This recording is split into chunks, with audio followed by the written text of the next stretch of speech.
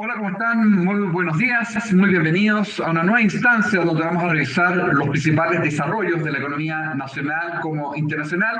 Hay muchas noticias que se van conociendo día a día, que van moviendo naturalmente los mercados, así que la idea es entender sus alcances y cuáles son los impactos que esto puede significar para efectos, ¿no es cierto?, de las proyecciones hacia los próximos 2 años. Simplemente a modo, ¿no es cierto?, de introducción, bien sabemos, ¿no es cierto?, que hoy día estamos observando un mundo más complejo. Hemos visto, ¿no es cierto?, cómo la guerra comercial se ha ido tomando la agenda. En lo último hemos conocido algunos acuerdos que Estados Unidos ha alcanzado con Japón, ¿no es cierto? Se prevé, ¿no es cierto?, que un acuerdo en la misma línea se habría alcanzado con la zona euro, pero todavía está por verse qué va a pasar con el resto de los países, particularmente con nuestra economía. Pareciera ser, ¿no es cierto?, en función de los acuerdos que alcanzó con Japón y que habría alcanzado teóricamente también con zona euro, que el estándar en materia arancelaria sería 15% más que el 10% que había fijado previamente. Por lo tanto, hay que estar atento naturalmente a esas definiciones. Y como bien sabemos, para el caso del cobre, una arancel de 50% que entraría en vigencia el 1 de agosto. También, ¿no es cierto?, durante las últimas semanas conocimos que fue aprobado el plan económico de Trump. Este contempla un compromiso en materia de recursos fiscales de 3 trillones de dólares, que es más o menos 10% del PIB en los próximos 10 años. Por lo tanto, vamos a tener un déficit fiscal 1% más alto de aquí, ¿no es cierto?, al 2035 en materia de balance fiscal en Estados Unidos. Y tercer punto, ¿no es cierto?, fragmentación geoeconómica, ¿no es cierto?, lo que está instalado hace rato ya, ¿no es cierto?, en la agenda y que sabemos, ¿no es cierto?, que tiene que ver con esta tensión Estados Unidos-China, la guerra comercial que de alguna manera responde justamente, digamos, a esta visión, ¿no es cierto?, del mundo en donde estamos enfrentando una mayor fragmentación, menor cooperación y por lo tanto esto va a determinar un menor crecimiento global hacia los próximos años, parte naturalmente de los escenarios que vamos a ir observando en lo que viene. Del lado doméstico, del lado local, tenemos desafíos exigentes. De partida, ¿no es cierto?, tenemos elecciones en noviembre, donde no solamente es importante el resultado de la presidencial, sino que también cómo se va a conformar el Congreso. Todavía están, ¿no es cierto?, las definiciones de las listas de cada una de las agrupaciones políticas y hay que estar atentos naturalmente a cómo eso va avanzando. Y del lado de la presidencial, por cierto, la conformación de los equipos y cuáles son sus propuestas. Aquí hay que poner, ¿no es cierto?, especial cuidado, digamos, en que todavía tenemos pendientes reformas, particularmente por el lado tributario. Tenemos que avanzar en una permisología 2.0, la que fue aprobada en el Congreso es poco ambiciosa y por lo tanto podríamos mover la aguja, pero de manera muy limitada. Así que hay que pensar todavía, ¿no es cierto?, en avances todavía más importantes, más exigentes por el lado, ¿no es cierto?, de la burocracia, la discrecionalidad y la acción en particular, digamos, de algunas instituciones del Estado que están de alguna manera poniendo trabas a nuevas inversiones. Tenemos una economía debilitada, a pesar, ¿no es cierto?, de que los números en 12 meses aparecen algo más positivos de lo que, ¿no es cierto?, uno reconoce como crecimiento potencial de la economía chilena en torno al 2%. En el margen uno ve una economía básicamente estancada, digamos, y por lo tanto ahí tenemos también un desafío importante para imprimir mayor dinamismo. Y, ¿no es cierto?, como hemos conocido de algunas propuestas de algunos parlamentarios, el populismo lamentablemente sigue arraigado en algunos sectores, particularmente, ¿no es cierto?, lo que tiene que ver con la UEF, particularmente lo que tiene que ver con la extensión o eliminación del límite de utilización por años de servicio, en general, ¿no es cierto?, medidas que tienen un costo económico y social muy importante de primer orden y que naturalmente no son parte, lamentablemente, digamos, de las miradas que estos parlamentarios tienen cuando hacen propuestas de esta naturaleza. Respecto al escenario externo, bien sabemos, ¿no es cierto?, que sigue avanzando, como ya comentábamos, las negociaciones en materia arancelaria. Se alcanzó un acuerdo con Japón, ¿no es cierto?, durante esta semana, 15% con, ¿no es cierto?, 15%, digamos, de arancel que Estados Unidos fija a envíos japoneses que llegan a su mercado, con, ¿no es cierto?, alguna disposición de los japoneses para permitir una entrada más fluida de productos americanos a Japón, además de cierto compromiso de japoneses por incrementar su inversión en Estados Unidos. Y como ya comentaba, había trascendido que ya se habría alcanzado un acuerdo con la la zona euro con un trato similar. También ha alcanzado acuerdos en materia comercial con Filipinas, con Indonesia, hace ya un rato atrás con Reino Unido. Es decir, está avanzando y, ojo, ¿no es cierto?, el 1 de agosto ya vence el plazo y entrarían en vigencia justamente esos aranceles. Respecto a economías como la nuestra, no hemos sabido nada. El gráfico que muestra aquí, ¿no es cierto?, esta lámina, da cuenta de cómo ha ido variando o evolucionando el arancel promedio que tiene Estados Unidos con sus socios comerciales. Aquí se pondera cada socio comercial en función del peso en el comercio. Y después del, ¿no es cierto?, Liberation Day, el promedio del arancel quedó en torno al 20%, y con ciertas exenciones y bajas, ¿no es cierto?, transitorias que se hicieron, eso tendió a bajar. Hoy día está en 15%. Ese es el arancel promedio que hoy día reconoce de Estados Unidos respecto a sus socios comerciales, que es un arancel alto, es, por cierto, digamos, el más alto que se reconoce desde los años 30, y por lo tanto va a tener un impacto en el comercio global, va a tener un impacto en la dinámica económica. Lo que sí, ¿no es cierto?, se reconoce que va a ser bastante más benévolo de lo que se anticipaba. En general, ¿no es cierto?, cuando mirábamos los aranceles que se fijaron tras el Liberation Day a comienzos de abril, uno preveía, digamos, un ajuste muy importante de la economía americana. Hoy día, más bien, se ha ido instalando la idea de que va a ser un aterrizaje suave, digamos, a una desaceleración más bien moderada de Estados Unidos, y por lo tanto, en general, lo que hemos visto es mercados con una mirada realmente positiva, relativo a lo que estábamos esperando hace algunos meses atrás, ¿no es cierto?, las bolsas alcanzando nuevos récords. Ahí probablemente hay un componente que tiene que ver con productividad, digamos, y un manejo en materia, ¿no es cierto?, balance de parte de las empresas, que claramente se ha visto reflejado en buenos resultados, digamos, y eso ha ido permitiendo que las bolsas en Estados Unidos sigan marcando récords. Y al mismo tiempo vemos que la volatilidad del mercado en realidad hoy está bastante más acotada. Después de, ¿no es cierto?, esta famosa evento donde se anuncian los aranceles recíprocos, la volatilidad alcanzó 50-60%, hoy día está en niveles más cercanos al 17-18%, por debajo incluso del promedio del 20%. Es decir, si bien se reconoce que esta guerra comercial va a tener un impacto negativo desde el punto de vista de la economía global en materia de dinamismo, los mercados no ven, ¿no es cierto?, efectos demasiado disruptivos, y la volatilidad más bien ha tendido a agotarse. Sigue prevaleciendo esta idea de que, ya lo decía, la economía americana se va a ir desacelerando de manera más bien suave, y que los impactos entonces no van a ser tan, ¿no es cierto?, dañinos como en algún momento se temió. Respecto a China, el PIB aumentó 5,2% en el segundo trimestre, esto lo conocimos durante esta semana, está por sobre lo previsto, pero la demanda interna continúa débil. Particularmente estamos viendo ventas minoristas, que están mostrando en general un desempeño por debajo de lo previsto. Buena parte del impulso de China ha venido del lado de manufactura. Las manufacturas, a pesar de la guerra comercial, han mantenido un crecimiento, y eso tiene que ver con las posibilidades que China ha visto para redireccionar parte de sus envíos que llegan o que llegaban a Estados Unidos hacia otra economía. Hacia lo que viene, de todas maneras, vamos a ir viendo un crecimiento algo más moderado, más contenido, más cercano entre 4 y 5%. Es decir, si bien, ¿no es cierto?, hoy día China mantiene un crecimiento algo por sobre 5%, hacia lo próximo vamos a ver crecimientos bastante más bajos para cerrar el año con un crecimiento entre 4,5 y 5%, y hacia lo que viene probablemente más cercano al 4%. La guerra comercial, si bien todavía no tiene un impacto importante sobre el dinamismo de China, con toda seguridad sí vamos a ver algo hacia adelante.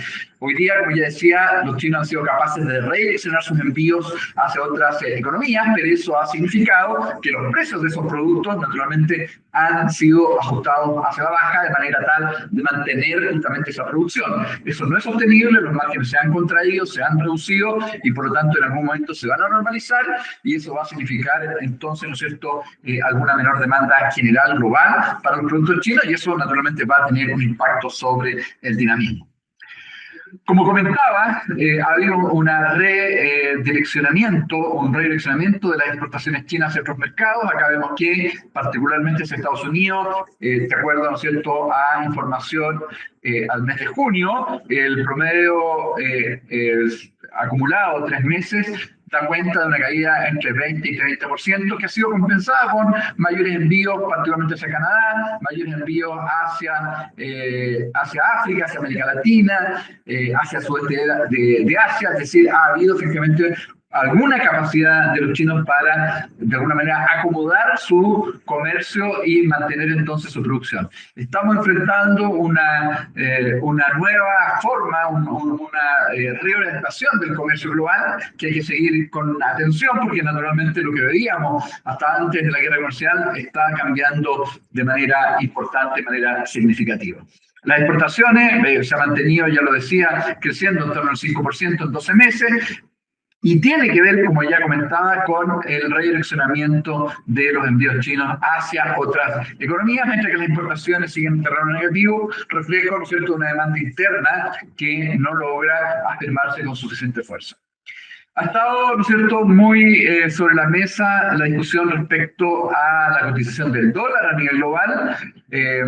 Este alcanzó niveles récords hacia fines del año 2022, cuando veníamos saliendo de la pandemia. Luego se mantuvo en niveles bastante apreciados. Esta línea negra representa el promedio histórico, esto es un índice, promedio histórico para el dólar, y lo que veíamos era un dólar que también, ¿no es cierto?, a comienzos de este año alcanzaba niveles especialmente altos. Desde entonces se ha venido depreciando, hoy día no está demasiado alejado del promedio histórico, y uno podría prever que todavía el dólar a nivel global debería perder algo de fuerza.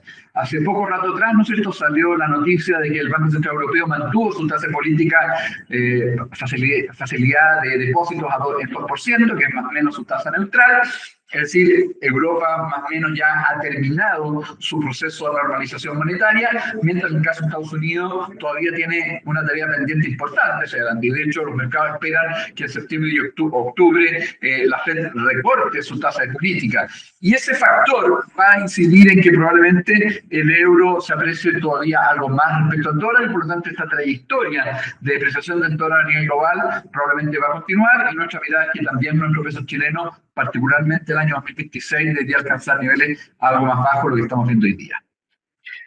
Respecto a Estados Unidos, después de haber conocido, ¿no es cierto?, un primer trimestre en donde la economía se contrajo, las proyecciones apuntan a que el segundo trimestre la economía habría terminado con un crecimiento trimestre analizado, así multiplicado por 4, algo sobre 2%. Es decir, la economía en el segundo trimestre habría tenido un mejor desempeño de lo que se anticipaba, reconociendo de que, como ya comentaba, los efectos de la guerra comercial están siendo bastante menos dramáticos de lo que en algún momento se anticipó. Recuerdo, en abril, cuando se anuncian los aranceles recíprocos, el mercado previó una probabilidad de recesión de Estados Unidos en torno a 70%. Hoy día la probabilidad de recesión de Estados Unidos está entre 15 y 20%, es decir, bastante más contenida, y más bien lo que se está hoy día previendo como escenario más probable es justamente el que acá está dibujado, una desaceleración gradual, con un crecimiento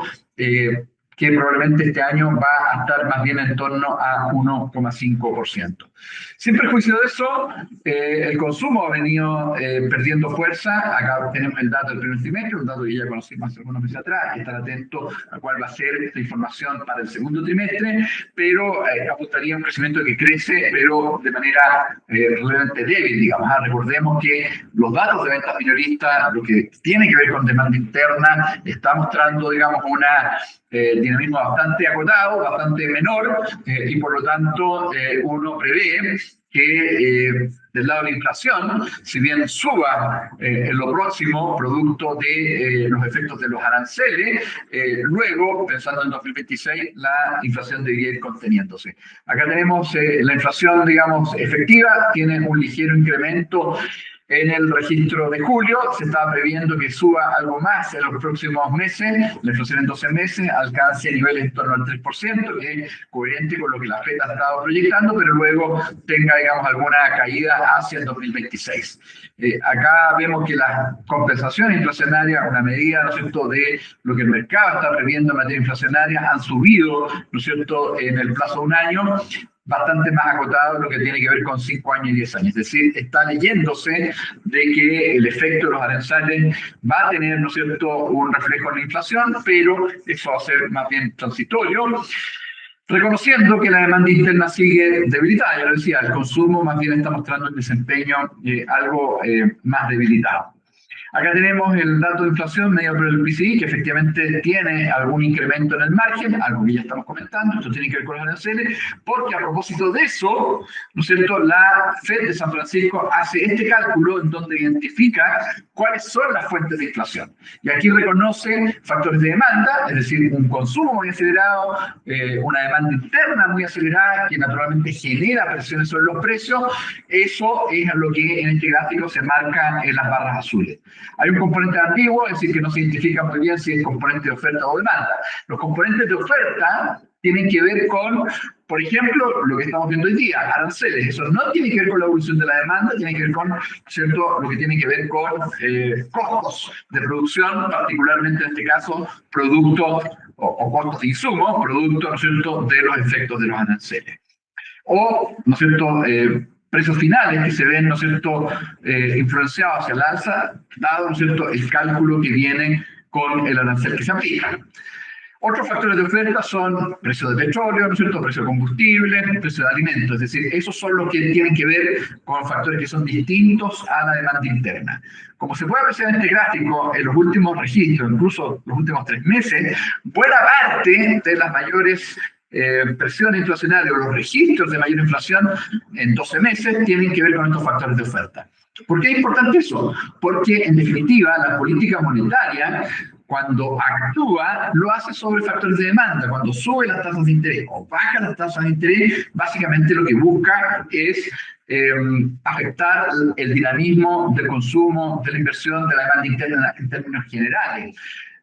No tiene capacidad de acción sobre estos factores de oferta. Da lo mismo, da la tasa, los factores, ¿no es cierto?, de oferta, como son los aranceles, se van a traspasar a precio final, independientemente, ¿no es cierto?, de lo que pueda hacer la política monetaria. Por eso, al final, ¿no es cierto?, lo que mira un banco central, y particularmente en este caso la FED, tiene que ver con estos factores de demanda, sobre los cuales tiene capacidad de acción. ¿Por qué es importante eso? Porque a pesar de que en el margen estamos viendo alguna mayor inflación, dado que está asociado fundamentalmente a factores de oferta, eso implica que de todas maneras había espacio para la FED de forma tal, ¿no es cierto?, de recortar su tasa de política de aquí hacia el último trimestre o final del tercer trimestre de este año, es decir, hacia septiembre-octubre.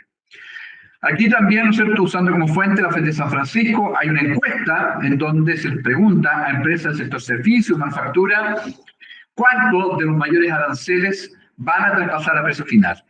Quienes dicen que van a traspasar el 100% de los mayores aranceles son, en el caso de servicios, el 45% de las empresas, en el caso de manufactura, entre 30 y 35% de las empresas. Esto no sorprende porque el sector servicios está mostrando mayor dinamismo, tiene más espacio para traspasar, versus el sector manufacturero, que en general se muestra más debilitado, y eso significa entonces también de que en la práctica tienen menos espacio para traspasar estos mayores aranceles hacia precio final. Quienes no van a traspasar nada de los mayores aranceles, por lo tanto se van a comer margen, son, ¿no es cierto?, aproximadamente 25% de las empresas, tanto en el sector servicios como manufactura. ¿Qué significa esto?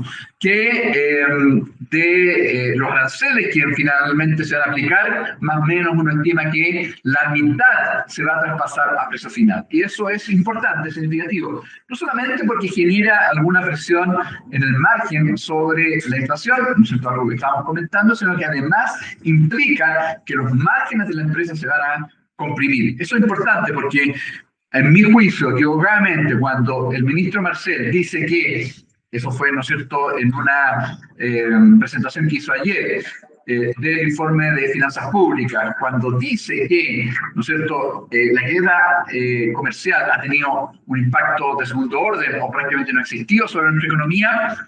Eso es cierto desde el punto de vista de los envíos, las exportaciones, porque claramente, ¿no es cierto?, somos una economía pequeña y abierta y por tanto lo que vayamos produciendo lo vamos a seguir enviando al exterior. Pero lo que no se puede desconocer es que los márgenes de algunas empresas, particularmente, ¿no es cierto?, de los sectores que hoy día están enfrentando estos aranceles, pensando, ¿no es cierto?, como destino importante hacia Estados Unidos, lo que tiene que ver con salmonicultura, fruticultura, naturalmente van a haber una compresión de sus márgenes y por lo tanto el impacto macro, el efecto macro, el dinamismo interno de la economía se va a ver afectado por esa vía, no tanto por comercio, sino por esa vía. Y eso es algo que no hay que perder de vista porque naturalmente vamos a ser afectados por la guerra comercial, eso no hay duda alguna. Además, somos una economía pequeña y abierta y por tanto los desarrollos globales tienen un impacto muy relevante sobre nuestro propio dinamismo. Respecto a la Fed, lo que estamos observando o previendo, de acuerdo al mercado y también nuestras proyecciones, es que haya 2 recortes de tasa de 25 puntos base este año. Esta línea celeste punteada, que está muy alineada con lo que veíamos hace un mes atrás, no había un cambio importante, y con lo que la Fed está proyectando, que son, ¿no es cierto?, también 2 recortes de 25 puntos base, de acuerdo a las proyecciones que entregó en su informe de junio. Hace 3 meses atrás veíamos una baja bastante más marcada porque se leía o se veía que la posibilidad de recesión en Estados Unidos era importante y por lo tanto que la Fed iba a tener que reaccionar con bastante fuerza. Respecto a la Fed, solamente un par de comentarios a propósito de las presiones que Trump está poniendo sobre Powell. Powell tiene mandato para, ¿no es cierto?, presidir la Fed hasta mayo de 2026, pero, ¿no es cierto?, Trump ha estado presionando para que baje de manera más agresiva su tasa política, porque naturalmente lo que está viendo Trump es que la demanda interna, el consumo, efectivamente se está debilitando. Del lado del mercado laboral, si bien, ¿no es cierto?, la última cifra de creación de empleo estuvo algo por sobre lo previsto, si uno ve la creación de empleo sector privado, está en torno a 80.000 puestos de trabajo. Eso es registro del mes de junio. Una economía, o la economía americana que crea 80.000 puestos de trabajo en un mes, es una economía que está creciendo entre 1 y 1,5%. Cuando Estados Unidos crece en torno al 2%, que es su potencial, que es su capacidad máxima, ¿no es cierto?, de crecimiento, de acuerdo, ¿no es cierto?, a la capacidad instalada, crea en torno a 170.000 puestos de trabajo. Por lo tanto, hoy día la creación de empleo está reconociendo que efectivamente la economía se está desacelerando y de ahí, ¿no es cierto?, las presiones que Trump pone sobre la mesa y ponen sobre Powell.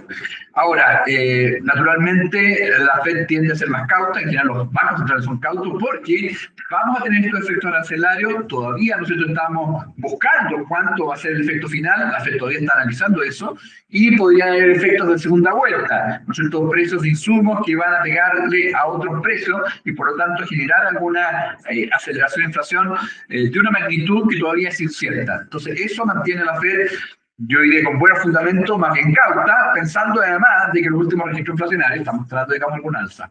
Aún así, ¿no es cierto?, Trump pone presión, y de hecho, ¿no es cierto?, eso es algo que el mercado está previendo, es que nombre al sucesor de Powell, que si bien termina su mandato, yo lo decía, en mayo de 2026, en septiembre u octubre. Y justamente en esa misma línea, durante esta semana, o durante los últimos días, hemos conocido a algunos miembros de la Fed que se están alineando con Trump y que están diciendo la Fed ya debería bajar su tasa de política monetaria.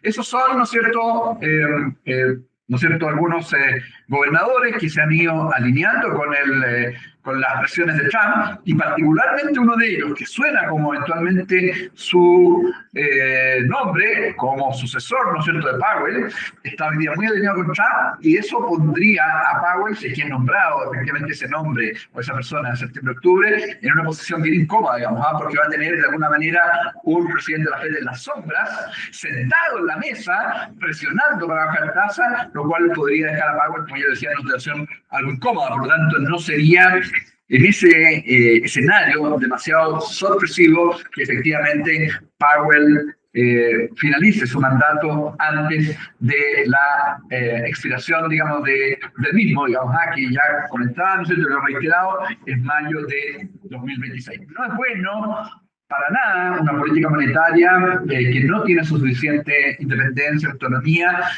Uno de los grandes pilares de las economías que muestran, ¿no es cierto?, un buen desempeño, un buen control de la inflación, señales de estabilidad y equilibrio, son, ¿no es cierto?, economías que tienen un banco central autónomo y técnico. Cuando el Ejecutivo comienza, digamos, a presionar, naturalmente parte de esos beneficios, parte de esos atributos tienden a disminuir.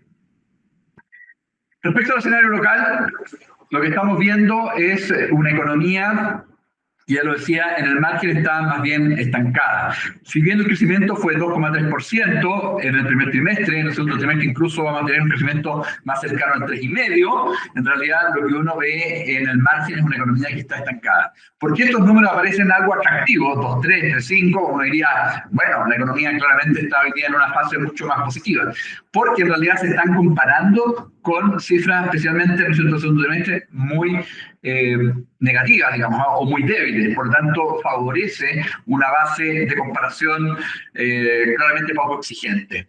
Pero en el margen la economía está estancada. Por lo tanto, lo que vamos a ver hacia el tercer y cuarto trimestre es una economía más bien cercana, con crecimiento cercano al 1,5, 1, en 12 meses, para completar el año, acorde con nuestra proyección, en 2,1%. Por lo tanto, no hay que dejarse engañar cuando uno ve una tasa de crecimiento en torno al 3%, eso particularmente podría ser, ¿no es cierto?, la señal del segundo trimestre, porque en realidad lo que hay que mirar es más bien trimestre a trimestre, y en esa lectura lo que estamos viendo es una economía estancada. Probablemente el gobierno va a sacarle lustre a un segundo trimestre que va a estar sobre el 3%, pero claramente va a ser una cuestión más bien de carácter imagen, porque en realidad la práctica, lo que estamos viendo es una economía estancada, insisto, digamos, en ese punto. Acá tenemos, de hecho, el dato de IMASEC para el mes de mayo, que fue 3,2%, que también puede sonar algo atractivo, pero, insisto, se compara con un mayo 2024 especialmente débil, que es el que aquí muestro.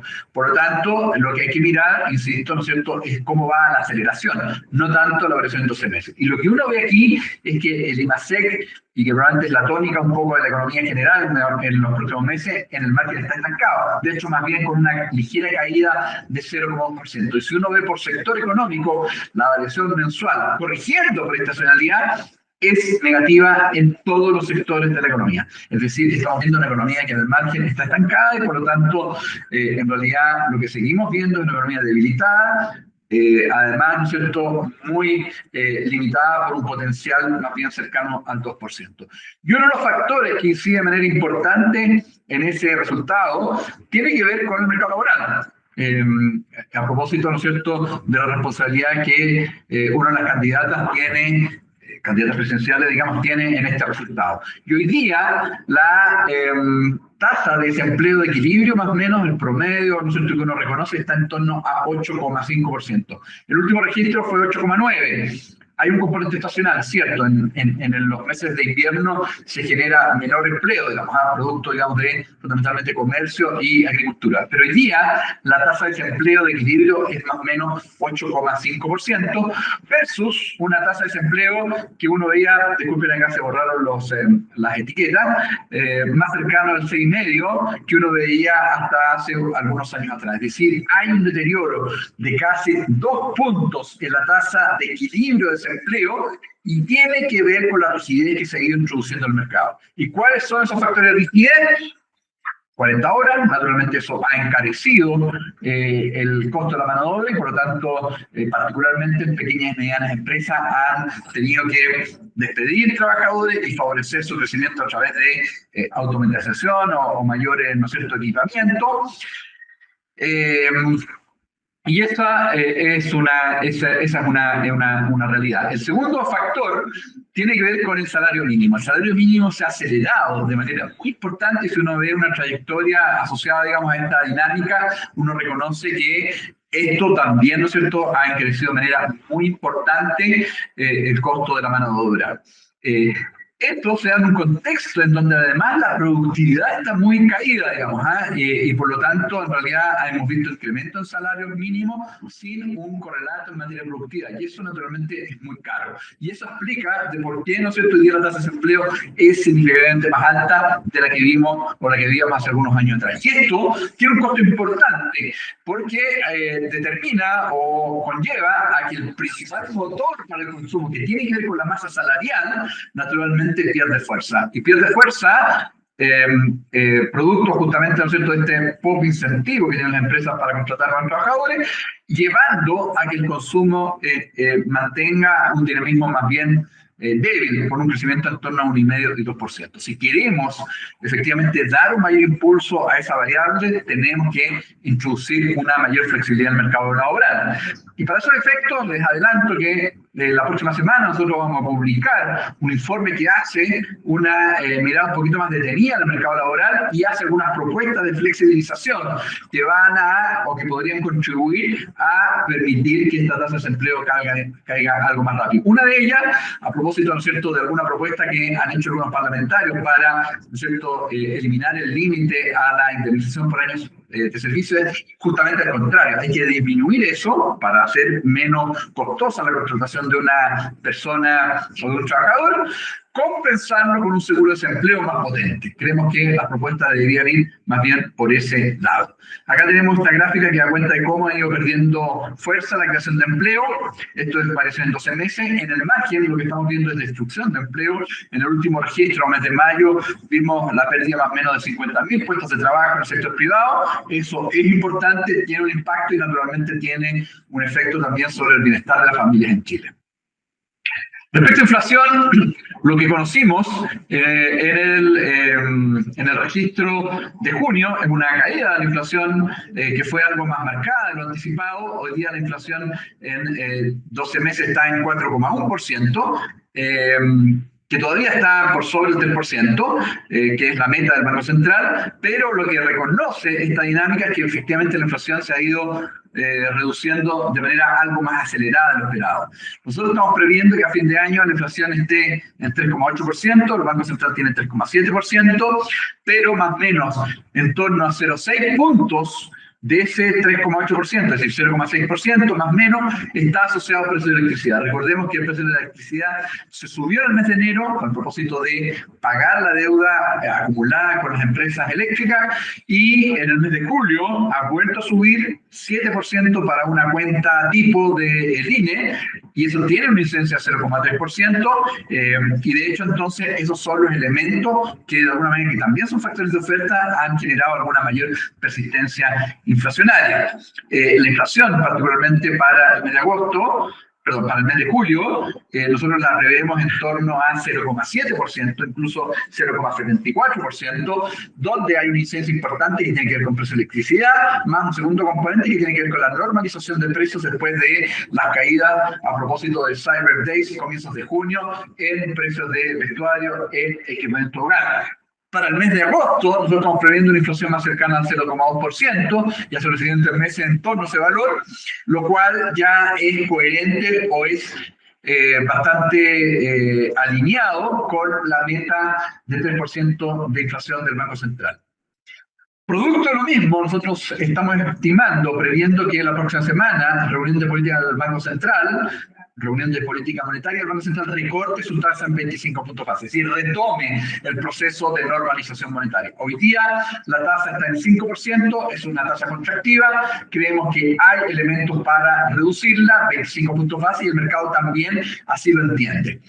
Nosotros prevemos 2 recortes más, probablemente en septiembre-octubre vuelva a recortar el Banco Central y un tercer recorte este año en diciembre para cerrar la tasa de política monetaria en 4,25 y llevarla a 4% al final del primer trimestre del próximo año. El mercado solo ve 2 recortes de tasa durante este año, es decir, que recorte efectivamente en 25 puntos base en la próxima reunión y un segundo recorte que podría llegar hacia septiembre y octubre y un tercer recorte que recién lo ven en enero del próximo año, que es este punto que está acá. Por lo tanto, la verdad, la diferencia no es tan importante respecto a los recortes que se esperan, entre recortes, pero el mercado ve que seguiría en 4,25. Creemos que hoy día la tasa neutral, la tasa de equilibrio es 4%, y por lo tanto nosotros prevemos que todavía debería haber un recorte adicional respecto a lo que tiene el mercado.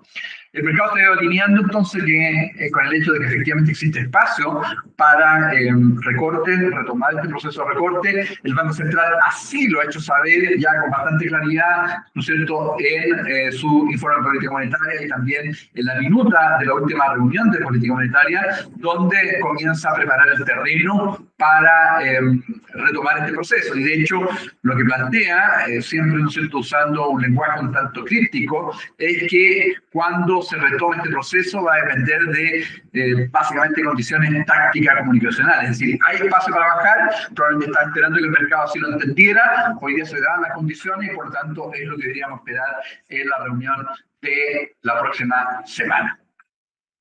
Respecto a inversiones, esto es algo que ya hemos mostrado en otras oportunidades. La inversión este año debería tender, digamos, a repuntar, básicamente de la mano de minería, de la parte de energía, son los principales dominantes, ¿no es cierto?, en la dinámica de inversión. Inmobiliario prácticamente no crece este año, estancado, ligeramente caído. Obras públicas también podrían jugar un rol relevante, que tiene que ver con concesiones, fundamentalmente extensiones de carreteras, nuevas pistas, ¿no es cierto?, en algunas rutas, más, ¿no es cierto?, todo lo que tiene que ver con el ámbito hospitalario y otras infraestructuras portuarias, digamos, que también, ¿no es cierto?, van a contemplar alguna inversión.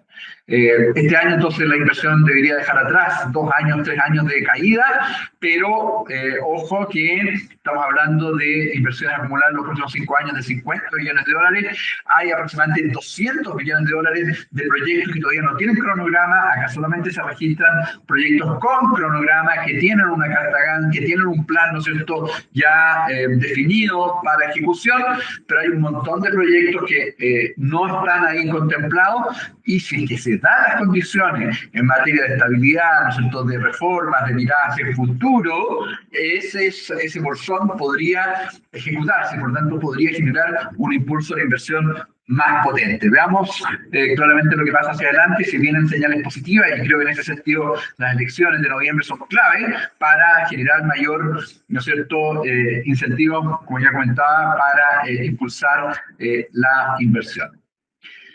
Respecto a cobre, solamente destacar, a propósito, ¿no es cierto?, de la, hasta hoy día, todavía verificada entrada en vigencia, un arancel de 50% para el cobre. Es importante saber que 9% de nuestro cobre está destinado a Estados Unidos, es decir, es relevante, pero no es dominante. Naturalmente es China nuestro principal socio comercial en materia de cobre, 50% o más de nuestros envíos van dirigidos a China. 9% va, ya lo decía, a Estados Unidos, y de lo que recibe Estados Unidos, de lo que importa Estados Unidos, aproximadamente 70% del cobre proviene de Chile. Ahora, acá hay que entender de que la elasticidad de la demanda de cobre en Estados Unidos al precio es bastante menor, es decir, poco sensible al precio. Por lo tanto, lo más probable es que buena parte de ese arancel de 50% se transmita a precio final, y por tanto, al final, quienes van a terminar pagando este arancel son los consumidores de Estados Unidos, a través, ¿no es cierto?, del costo de los insumos, y por lo tanto claramente no hace ningún sentido esta política que señaló Trump. Es cierto que él pretende incrementar la producción de cobre en Estados Unidos, pero en hacer eso, en lograr eso, eso toma en torno a 7 a 10 años. Por lo tanto, claramente esto va a tener más bien un impacto negativo sobre su propia economía y sobre el dinamismo y sobre, ¿no es cierto?, los costos que en definitiva el consumidor americano paga por los productos que consume. Tal vez para mirar positivamente lo que puede venir para nuestro cobre, a pesar de este arancel, es que la demanda va a continuar siendo importante hacia los próximos años. De hecho, se va a ir acelerando de manera muy importante, muy significativa, de la mano fundamentalmente de vehículos eléctricos. Acá está la demanda que está asociada a vehículos eléctricos, casi nada en 2020, ya muy significativa en 2050.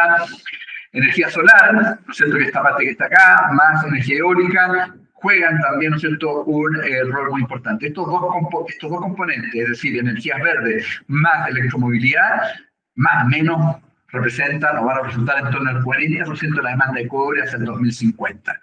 Otra mirada interesante a mirar tiene que ver con quiénes van a ser los principales consumidores. Y como se puede apreciar acá, Estados Unidos, la verdad que no va a aumentar de manera importante su consumo de cobre de 2030 a 2050. El principal impulsor del crecimiento de la demanda va a ser India, que es la parte amarilla, ¿no es cierto?, en este gráfico. India está en un plan de fortalecer su infraestructura, electrificar, digamos, más masivamente su economía, su país, y por lo tanto van a jugar un rol importante, y otras economías también, fundamentalmente el sudeste de Asia, Vietnam, entre ellas, y por lo tanto hay ahí una mirada favorable a lo que puede ser la demanda de cobre hacia lo que viene, como decía, a pesar de este arancel de 50%, en un contexto en donde se ve que la oferta va a subir, Acá tenemos la producción de cobre, la oferta va a subir al 2030, pero hacia el 2035 todavía no hay proyectos que vayan a suplir la demanda que en ese entonces vamos a ver. Es decir, la mirada que se tiene es que vamos a tener un mercado del cobre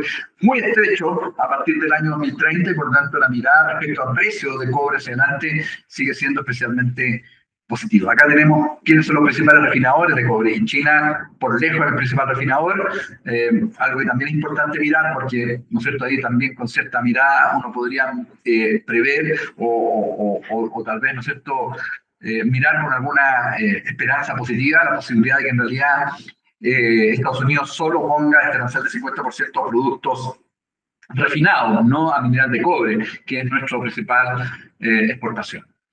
Respecto al precio del cobre, ojo, no hay que obnubilarse, digamos, ni creer que este precio 5.70, 5.80, 5.90, cerca de $6, está mostrando el precio en Nueva York como un precio sostenible.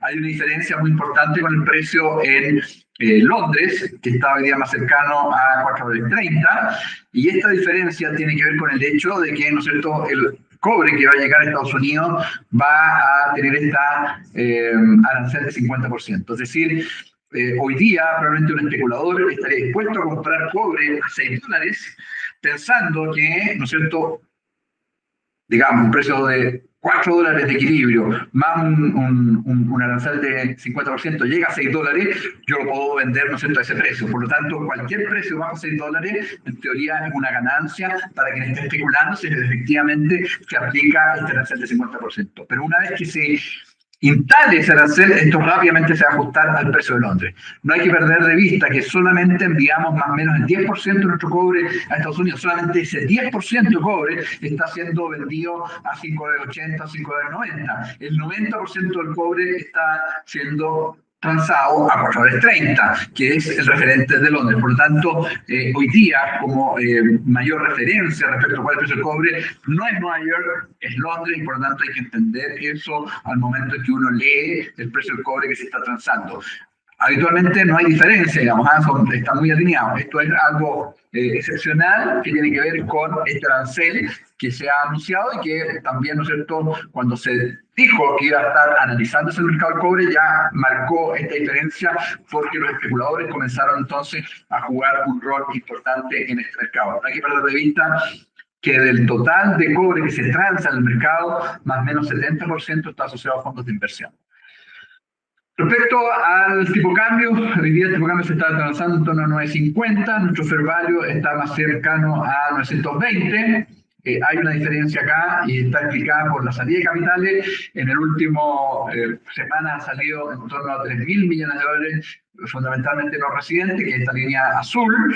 Esto es la posición neta de derivados, se mira de manera indirecta cuál es el movimiento de capitales de no residentes, pero claramente han salido y eso ha generado, digamos, alguna presión en el tipo de cambio. Digamos, recordemos que hace algunas semanas atrás, un par de meses atrás, se transaba en torno a 9.20, bueno, hoy ya más cercano a 9.50, ya tenía que ver con esta salida de capitales.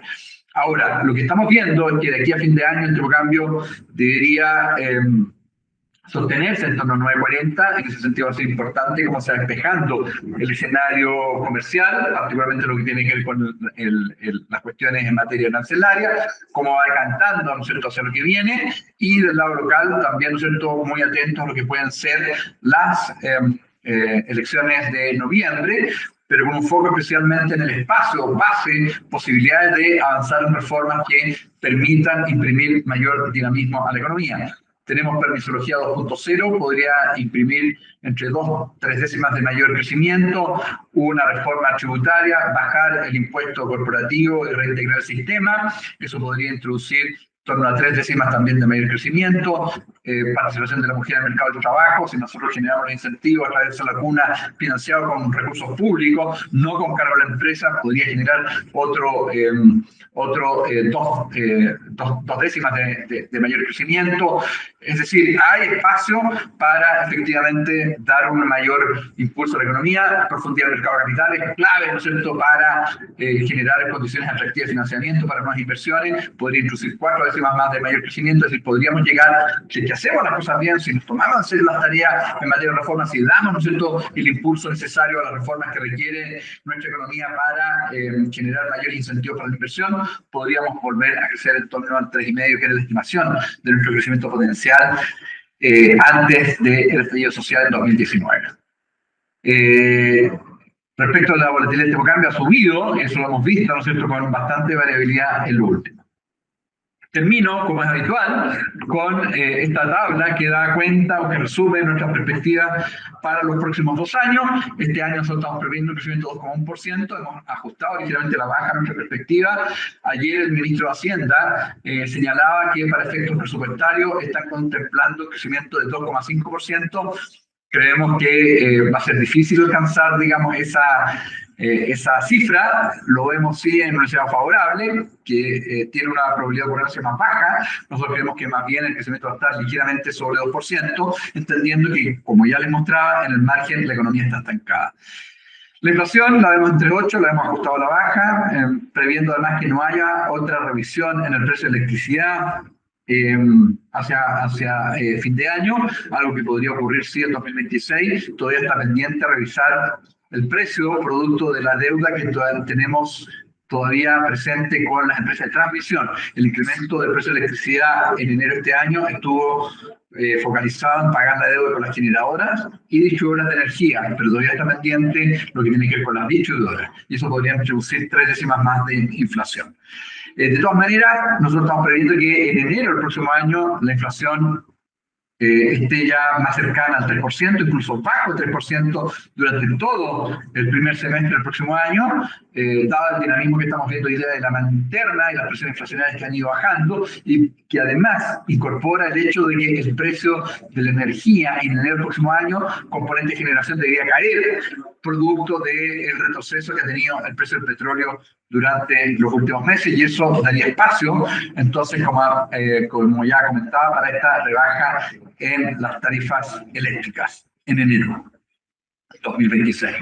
Cierre de este año en tasa complementaria 4,25, 4% ya estable en 2026-2027, con nuestra estimación de la tasa neutral, tipo cambio 9,40, 9,10 el próximo año, si es que efectivamente se da este escenario en donde se instala una visión mucho más favorable para avanzar reformas, permisología 2.0 y otras que permitan dar una mejor señal en materia de estabilidad y seguridad jurídica. El escenario favorable, un escenario en donde se avanzan reformas, si bien no se alcanza a notar con demasiada fuerza en el crecimiento 2027, sí, ¿no es cierto?, el crecimiento tendencial, si se hace todas las reformas a las cuales hacía referencia, podría llegar incluso a niveles de 3,5. En ese caso, la tasa neutral la estamos viendo algo incluso más abajo, y el tipo de cambio que incluso podría llegar a niveles bajo 900, más cercanos a 870. El escenario adverso es un escenario en donde el escenario global se torna más complejo, la polarización se instala también a nivel local, no se avanza en reformas, no hay suficiente piso en el Congreso para avanzar en reformas estructurales, en cuyo caso nosotros estamos viendo una economía que crece pobremente al 1,5, porque no hay un clima social, económico, propicio en Chile, y del lado externo vemos una economía global más complejizada, producto de la guerra comercial y con una mirada en materia geopolítica también más compleja. Bien, finalizo la presentación y pasamos a las preguntas que han llegado al chat. Primera pregunta, pregunta Sebastián. ¿Cómo es la variación del euro en los próximos meses? Como comentaba, dado que vamos a ver, ¿no es cierto?, una Fed que probablemente va a retomar su proceso de recortes hacia fines de este año, mientras que el ECB ya ha alcanzado su tasa más o menos, ¿no es cierto?, neutral, hoy ya está muy cercana al 2%, vemos el euro apreciándose algo ligeramente de aquí a fin de año, alcanzando entonces niveles algo más altos. Vemos un euro algo más fuerte, un dólar, ya comentaba, ¿no es cierto?, algo más debilitado. Acá otra pregunta, respecto a los aranceles en Estados Unidos, ¿crees que se puede hacer respetar el Tratado de Libre Comercio y mantener aranceles en cero? Mira, lamentablemente lo que está haciendo Trump es desconocer de alguna manera la institucionalidad comercial. Efectivamente, el principal argumento que tiene Chile para negociar con Estados Unidos, esperemos que lo estén haciendo, digamos, de buena manera, es justamente nuestro Tratado de Libre Comercio. Yo tuve la fortuna, en ese entonces yo estaba en el Banco Central, de ser, ¿no es cierto?, partícipe del equipo que negoció el Tratado de Libre Comercio. En ese entonces yo más bien resguardando las facultades del Banco Central, y puedo decir, ¿no es cierto?, con claridad que había un compromiso muy importante para hacerlo respetar, digamos, y de hecho hay un capítulo que tiene que ver con solución de controversias, que es básicamente lo que estamos enfrentando y que debería gatillarse. Pero Trump está desconociendo eso, y de hecho está desconociendo también las propias normas de la OMC. Estados Unidos también tiene acuerdos comerciales con otros países, y claramente los otros países están reconociendo que entrar en una disputa legal usando el Tratado de Libre Comercio y por lo tanto recurriendo a los tribunales internacionales, que en este caso ¿no es cierto?, están ¿no es cierto?, en el contenido, digamos, en el Banco Mundial, la verdad que podría llevar, ¿no es cierto?, a un debate muy largo, y por lo tanto, en realidad, la mayoría de los países está más bien, ¿no es cierto?, buscando alcanzar un acuerdo con un arancel que de todas maneras pareciera ser bastante entre 10 y 15%. Lamentablemente, esa es la situación, y veo difícil, ¿no es cierto?, de que Chile logre algo distinto a lo que están consiguiendo otros países. Estados Unidos está argumentando de que Chile tampoco está ¿no es cierto?, cumpliendo el Tratado de Libre Comercio. Probablemente ahí tiene un punto, y yo creo que no nos hemos hecho cargo de eso. Probablemente deberíamos haber partido por ahí. Básicamente lo que dice Estados Unidos, que los derechos de propiedad intelectual no los estamos cumpliendo, y es posible que así sea, digamos, en particular en algunos mercados, en algunos segmentos, y pareciera ser de que no hemos tomado las medidas necesarias para asegurar justamente eso. Y ese es el argumento que probablemente va a esgrimir Estados Unidos para aplicar una tasa arancelaria que no va a ser 0%, sino que va a ser más bien en torno a 10-15%. Aquí tenemos otra pregunta. ¿De qué manera podemos protegernos de estos manejos macro de Estados Unidos? Yo creo que ahí hay un llamado ¿no es cierto?, a nuestra economía, es que, ¿no es cierto?, reconociendo que el crecimiento mundial va a ser más limitado y que tenemos que avanzar mucho más decididamente, debería haber muchos más incentivos para, ¿no es cierto?, ser una economía más eficiente, y por lo tanto avanzar en reformas estructurales que nos permitan crecer más y por lo tanto capturar, ¿no es cierto?, una porción de este comercio global que va a crecer más lentamente hacia adelante. Tenemos hoy día que avanzar en reformas, y por lo tanto todas estas ideas populistas que, ¿no es cierto?, se plantean en el Parlamento, que ojalá, y así, ¿no es cierto?, pareciera ser, no tienen piso político para ser robados, pero el solo hecho que se pongan sobre la mesa mete ruido, mete incertidumbre, mete, ¿no es cierto?, ansiedad, conlleva, ¿no es cierto?, impactos, las decisiones de los agentes. Ojalá, ¿no es cierto?, tomemos en serio lo que es la mirada de los técnicos y miremos en largo plazo. Creo que esa es la receta. Del lado de la educación, fortalecer la capacitación para el uso de nuevas tecnologías. Hoy día, buena parte del crecimiento de la productividad que podría venir hacia adelante, recordemos que la productividad está estancada los últimos 20 años, viene por las nuevas tecnologías, viene por la inteligencia artificial. Tenemos que generar las condiciones para aprovecharla y explotarla y extender su uso, ojalá, en todos los segmentos de la economía. Tenemos que tener un compromiso, ¿no es cierto?, de las empresas para justamente aprovechar las herramientas que van a surgir. Las estimaciones que hay a nivel global respecto a cuánto es la productividad que podría, ¿no es cierto?, generar eso, es en torno al 0,5%, que está todavía muy distante de los estándares que uno ve en el mundo desarrollado, donde hay una mejor preparación, hay mayor innovación, hay mayor, ¿no es cierto?, capacidad para utilizar estas nuevas tecnologías. Tenemos un desafío ahí gigante, ojalá que podamos aprovecharlo. Acá hay otra pregunta de Alberto para la economía de Chile. ¿Cómo estimas la materialización de las inversiones en minería en regiones como Atacama? Si bien Cochilco informó que las inversiones serían, ¿no es cierto?, de 14 billones de dólares en Atacama, pero se ve lenta la materialización de esa inversión. Ya lo decía, nosotros tenemos un potencial, ¿no es cierto?, en materia minera ¿no es cierto?, muy importante a propósito de cómo va a evolucionar la demanda de cobre hasta los próximos 20 años o 30 años. Efectivamente, hoy día nuestro principal talón de Aquiles, nuestra debilidad tiene con las barreras que hoy día, ¿no es cierto?, reconocemos del lado de la permisología, la burocracia. Ahí el llamado es, yo lo decía, digamos, a una permisología 2.0, donde se haga cargo con mayor fuerza de algunas trabas muy importantes que hoy día vienen no solamente de la evaluación medioambiental, sino que de CONAF, que tiene, ¿no es cierto?, un proyecto durante 2, 3 años, o de, ¿no es cierto?, Monumento Nacional, que también tiene un proyecto durante 2, 3 años, 4 años, frente, ¿no es cierto?, a algún hallazgo en particular. Tomemos como referencia Europa. En Europa, claramente, hay una conciencia medioambiental en materia de cuidado de bosques, de, ¿no es cierto?, especies arbóreas, muy instalado, y, ¿no es cierto?, la búsqueda o los descubrimientos de restos arqueológicos es mucho más frecuente, y aún así son capaces de generar las condiciones para avanzar mucho más rápido en proyectos de inversión. Tenemos que tomar esos ejemplos para efectos de efectivamente hacer mucho más fluido, digamos, ese proceso. Ahora, respecto a la inversión en minería, este año de todas maneras va a ser importante, digamos, y efectivamente hay algunos proyectos que están, ¿no es cierto?, avanzando. Minería representa más o menos 40% de la inversión que se realiza en Chile, es un componente clave, ¿no es cierto?, en ese dinamismo, así que ojalá las condiciones se den. Efectivamente tienden a ser mucho más lentos de lo que se preveía, por lo tanto los avances, los proyectos tardan, ¿no es cierto?, en materializarse, y creo que es un llamado de atención justamente, y me parece muy atingente tu pregunta, para efectivamente dar mayor fuerza frente, ¿no es cierto?, a estas políticas. Tenemos además otra pregunta que tiene que ver cómo ves América Latina frente a la guerra comercial. A ver, yo creo que a América Latina, naturalmente, esto le va a pegar, no solamente a Chile, ¿no es cierto?, producto, digamos, de la apertura a la economía, que, ¿no es cierto?, en general la región muestra, tal vez algunas menos golpeadas. Brasil está amenazado por una arancel especial por parte de Estados Unidos, eso podría tener un impacto sobre su economía.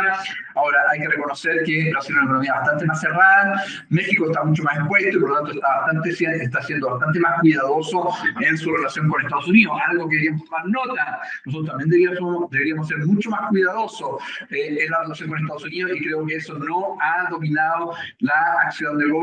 Creemos que en un partido que se está jugando, tal como lo estamos viendo hoy en día, con una China por un lado, con Estados Unidos por el otro, tenemos que ser suficientemente inteligentes, particularmente en el manejo de nuestras relaciones comerciales y políticas internacionales, de forma tal de no generar, ¿no es cierto?, impactos negativos en nuestras relaciones, porque de otra manera el costo podría ser más importante. Tenemos que ser más inteligentes en la forma en la cual estamos tratando nuestras relaciones comerciales. Creo que así lo ha entendido al menos una parte de América Latina, y tenemos que ser cuidadosos también en esa relación.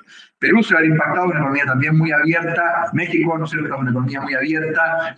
El crecimiento potencial de América Latina es muy limitado, por lo tanto hay que buscar cómo ganar mayor eficiencia y cómo alcanzar mayores niveles de productividad. Creo que es el gran desafío de América Latina, reducir, ¿no es cierto?, las barreras en materia, ¿no es cierto?, de funcionamiento de los mercados. Creo que en ese sentido Argentina ha ido tomando la bandera de la flexibilización, de la, ¿no es cierto?, modernización de manera bastante más marcada que otros países dentro de la región. Eso es lo que tenemos, ¿no es cierto?, como preguntas. Les agradezco su atención el día de hoy. Hay que seguir muy atentos, naturalmente, a los desarrollos que vienen. La próxima semana tenemos reunión de política monetaria del Banco Central. Esperamos un recorte de 25 puntos base. También la reunión de política monetaria en Estados Unidos, donde debería haber mantención. Hay que poner atención a los tonos que ahí se introduzcan. Hay que estar atentos a los próximos datos en materia de crecimiento económico y, por cierto, cómo termina o cómo avanzan las negociaciones comerciales de Estados Unidos con sus socios. El 1 de agosto vence el plazo para la entrada en vigencia de los nuevos aranceles, así que hay que seguir con atención esos desarrollos. Probablemente vamos a ver volatilidad en los mercados, así que están, como siempre, invitados a seguir conectados con nosotros, invitados a nuestra próxima reunión mensual donde vamos a revisar estos desarrollos y, por cierto, ¿no es cierto?, a través de nuestros informes. Así que muchas gracias, que tengan un buen día y nos vemos en una próxima oportunidad. Buena suerte, chao, chao.